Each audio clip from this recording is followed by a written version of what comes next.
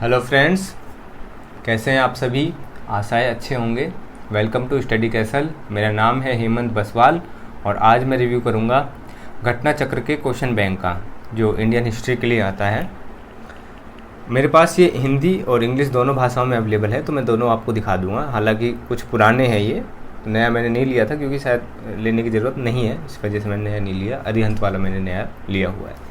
इनका मैं रिव्यू करूँगा और इसके अगर कंटेंट पेज पे जाएं तो वहाँ हमें पता लगेगा किस प्रकार से टॉपिक में इसको पूरे को डिवाइड किया हुआ है। ये प्राचीन भारत का देखिए, प्राचीन भारत में पूर्व मध्यकाल तक 15 टॉपिक्स में इसको डिवाइड किया हुआ है। मध्यकालीन भारत में 25 टॉपिक्स में डिवाइड किया हुआ है और आधुनिक भारत में सबसे ज़्यादा टॉपिक्स आपको देखने के लिए मिलेंगे। ये यूपीएससी का सबसे फेवरेट टॉपिक है या कहेंगे सबसे फेवरेट है आधुनिक भारत, जहाँ से ज़्यादा क्वेश्चन पूछे जाते हैं। तो ये 55 टॉपिक्स में इसको डिवाइड किया हुआ है। अब ये जो घटना चक्र है ये बताऊं आपको कि मेनली यूपीपीसीएस और यूपीएससी का जो एग्ज़ाम है उसको ध्यान में रखते हुए, उसके प्री के एग्ज़ाम को ध्यान में रखते हुए इसको बनाया गया है। ये अरिहंत की तरह जनरल नहीं है कि वहाँ पे सारे एग्ज़ाम्स की किताबें छापी जाती है। मुख्य रूप से जो घटना चक्र है उसमें इन्हीं एग्ज़ाम से फोकस किया जाता है। उसके अलावा स्टेट पीसीएस और पीजीटी वगैरह के जो एग्ज़ाम हैं उनके लिए भी किताबें लिखी जाती हैं इसमें। तो इसकी विशेषता ये है कि इसमें टॉपिक डिवाइड किए हुए हैं। इसमें क्वेश्चन पेपर हमें नहीं मिलेंगे और आपको एक तरह से प्रश्न पत्रों का पूरा विश्लेषण आपको मिल जाएगा। यहाँ पर देखिए आईएएस परीक्षा प्रारंभिक, आईएएस परीक्षा प्रारंभिक, उत्तर प्रदेश पीसीएस, ज़्यादातर आपको उत्तर प्रदेश के मिलेंगे। फिर उत्तराखंड, मध्य प्रदेश, छत्तीसगढ़, राजस्थान, बिहार, झारखंड। तो मैंने कहा मेनली इस पर स्टेट पीसीएस एग्ज़ाम्स और यूपीएससी पे फोकस रख के इसको किया हुआ है। तो इसके अंदर आपको जो भी स्टेट पीसीएस और यूपीएससी के एग्ज़ाम्स हैं उनमें जो क्वेश्चन पूछे गए हैं उनको टॉपिक में डिवाइड करके और एक तरह से कॉन्सेप्ट बनाने का या फिर उनको टॉपिक वाइज डिवाइड करने का यहाँ पर प्रयास हमें देखने के लिए मिलता है।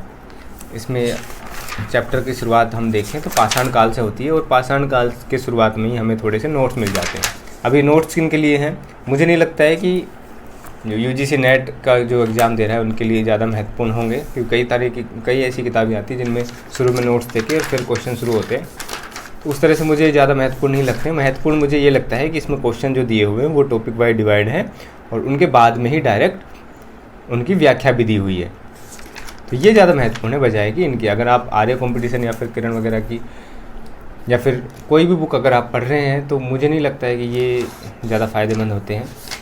ये यूपीएससी के लिए या फिर स्टेट पीसीएस के लिए जो लोग तैयारी कर रहे हैं जिनका हिस्ट्री सब्जेक्ट नहीं रहा है तो उनके लिए ये हेल्पफुल हो सकते हैं। हिस्ट्री वालों के लिए मुझे नहीं लगता है उतनी ज़्यादा हेल्पफुल है। तो उस तरह से रिवीजन मुझे ज़्यादा बेनिफिशियल इसका नहीं लगता है। लेकिन जो टॉपिक वाइज हम देखते हैं तो हमें एक तरह से ट्रेंड पता लग जाता है कि कौन से एग्ज़ाम में किस तरह समय पे कौन से क्वेश्चन किस टॉपिक से ज़्यादा पूछे जा रहे हैं। तो एमपीपीसीएस सारे एग्जाम्स के इसमें क्वेश्चन के बाद में नाम आपको देखने के लिए मिल जाते हैं। तो आपको एक आइडिया भी लग जाता है कि कौन से जो टॉपिक्स हैं जहाँ से सबसे ज़्यादा क्वेश्चन पूछे जा रहे हैं। तो आप जब तैयारी करते हैं तो उस तरह से भी आप इसको देख सकते हैं। अब ये क्वेश्चन आरएएस में आया हुआ है, अमलानंद घोष के बारे में इसमें पूछा हुआ है, तो काफ़ी अच्छा क्वेश्चन है। इंग्लिश में भी आपको दिखा देता हूँ। इंग्लिश में भी यही पैटर्न है पूरा का पूरा।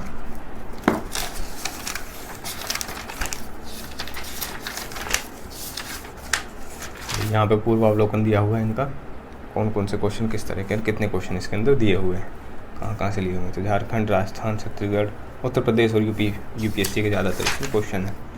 स्टोन एज से स्टार्ट होता है और इसी तरह से व्याख्या यहाँ पर हमें मिलती है।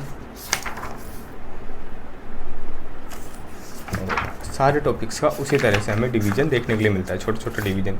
ग्रीक इन्वेजन जो हुआ था उस पर क्वेश्चन मिल जाएंगे, उसका भाई कम क्वेश्चन आते हैं तो उसका छोटा सा पार्ट दिया हुआ है। फिर मौर्य एम्पायर के बहुत ज़्यादा क्वेश्चन भी मिलेंगे आपको। देखिए एक आइडिया सा भी लग जाता है कि हाँ कौन सा टॉपिक है जिससे बहुत ज़्यादा क्वेश्चन आते हैं, जो हमें पढ़ना, डिटेल्ड स्टडी जिसकी करना हमारे लिए बहुत ज़्यादा महत्वपूर्ण है। पोस्ट मॉडर्न एम्पायर ये भी काफ़ी ज़्यादा महत्वपूर्ण टॉपिक है। इस तरह से इसकी व्याख्या और साथ में इसका ट्रेंड भी हमें टॉपिक्स का पता लग जाता है और तैयारी करते हैं तो हम उन टॉपिक्स पे ज़्यादा फोकस कर सकते हैं। वैसे भी किताबों में उन टॉपिक्स पे ज़्यादा फोकस किया जाता है। अगर हम नोट्स जैसी किताबें अगर पढ़ते हैं वहाँ पर उन टॉपिक्स पे ज़्यादा फोकस किया जाता है जहाँ से क्वेश्चन ज़्यादा आते हैं। मॉडर्न हिस्ट्री में हमें आ गए हैं तो ये आधी से ज़्यादा किताब जो है पूरी की पूरी मॉडर्न हिस्ट्री से भरी हुई है। यहाँ पर आकर मिडिवल तक भी ख़त्म हो गया। थर्ड पार्ट यहाँ पर हमें लगभग हाफ बुक के अंदर आके हमें मॉडर्न हिस्ट्री मिल जाती है। तो मॉडर्न हिस्ट्री के लिए काफ़ी ज़्यादा महत्वपूर्ण है। इससे यूपीएससी के अंदर और जो पीसीएस एग्ज़ाम्स हैं उनके अंदर बहुत ज़्यादा क्वेश्चन पूछे जाते हैं। यूजीसी नेट और असिस्टेंट प्रोफेसर वगैरह जैसे एग्ज़ाम हैं उनमें तो बराबर से ही क्वेश्चन पूछे जाते हैं, मिडिवल से भी उतने पूछे जाते हैं और लगभग एंसेंट से भी इतने पूछे जाते हैं। लेकिन पीसीएस और यूपीएससी के जो एग्ज़ाम हैं उनमें इस तरह का ट्रेंड है कि मध्यकालीन भारत से और प्राचीन भारत से थोड़े से कम क्वेश्चन पूछे जाते हैं। प्राचीन भारत से फिर भी क्वेश्चन पूछे जाते हैं, लेकिन मध्यकालीन से थोड़े से कम पूछे जाते हैं। हालांकि कभी कभी वो चेंज हो जाता है और कभी जैसे 2019 वाला जो एग्ज़ाम था उसमें बहुत ज़्यादा क्वेश्चन यूपीएससी में पूछ लिए गए थे मध्यकालीन भारत से, तो इस तरह चेंज भी हो जाता है। लेकिन ज़्यादा जो ट्रेंड देखा गया है वो यही है कि आधुनिक भारत से बहुत ज़्यादा क्वेश्चन देखने के लिए मिलते हैं। तो अब आधुनिक भारत में आप देखेंगे तो पूरे के पूरे आपको आईएएस के और यूपी पीसीएस के आपको क्वेश्चन दिखाई देंगे। तो ज़्यादातर स्टेट पीसीएस के और पीसीएस के जितने भी एग्ज़ाम होते हैं उनमें इसी तरह का ट्रेंड एक तरह से सेट है और वो उसी तरह से आते हैं। तो इस मूवमेंट इस तरह से जितने छोटे छोटे टॉपिक्स में इसको डिवाइड किया जा सकता था उतना किया हुआ है, ताकि व्यक्ति जो टॉपिक पढ़े उसके बाद में इसको पढ़ते पढ़ते अगर हमें रिवीजन करना है तो उसके लिए लिहाज से बेस्ट है। बात करूँ गलतियों की, तो गलतियों की वैसा ही है जैसा सारे क्वेश्चन बैंक में हमें गलतियाँ देखने के लिए मिलती हैं, उसी तरह इसमें भी थोड़ी बहुत देखने के लिए मिलती है। लेकिन काफ़ी जगह पर उस तरह की गलती नहीं है। ज़्यादातर जगह जहाँ दिखता है तो वो मिसप्रिंट ही है।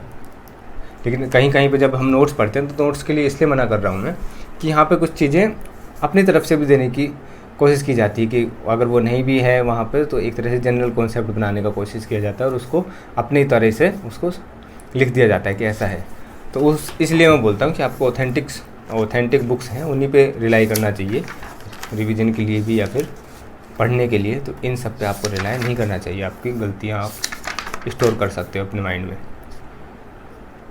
इनकी व्याख्याएँ हालांकि उपयोगी हैं, क्वेश्चन हैं, तो आप अगर जो टॉपिक पढ़ रहे हैं उसके अकॉर्डिंग अगर आपको रिवीजन करना है तो रिवीजन के अकॉर्डिंग और अपने टेस्ट के अकॉर्डिंग आप इसको यूज कर सकते हो। बाकी कई सारे क्वेश्चन बैंक आते हैं तो ये इनका अलग अलग पर्पज़ है। जो अरिहंत है उसका अलग पर्पज़ है, इसका अपना अलग पर्पज़ है, और जो प्रीवियस ईयर क्वेश्चन पेपर आते हैं उनके अलग पर्पज़। तो आप जहाँ से भी देखना चाहो आप देख सकते हो। तो ये थोड़ी अच्छी हैं जिनमें कम गलतियाँ हैं, या फिर इसमें तो करीब करीब ना के बराबर हैं। कुछ हैं जो थोड़ा तो एग्ज़ाम्स में भी मिलती है हमें। इसके अलावा थोड़ी सी कुछ टॉपिक ही ऐसे होते हैं कि वहाँ से जो नोट्स होते हैं नोट्स में हमें गलतियाँ मिल जाती हैं, तो उसी तरह की गलतियाँ यहाँ भी देखने को मिलती हैं। तो थैंक यू रिव्यू देखने के लिए। आपसे रिक्वेस्ट है कि आप प्लीज़ जो टेलीग्राम चैनल है उसको आप ज्वाइन कीजिए, ताकि आपको जो क्वेश्चंस है मैं आप वहाँ पर डालता रहता हूँ, तो आपका थोड़ा सा वहाँ पर भी रिवीजन हो जाएगा और जल्दी से मैं क्वेश्चन पेपर सोल्व करवाने वाला हूँ। तो आप बेफिक्र रहिए, आप जो बार बार कह रहे हैं। इसके अलावा क्लासेस भी स्टार्ट होने वाली हैं और मिलते हैं अगले वीडियो में। तब तक के लिए बाय, थैंक यू।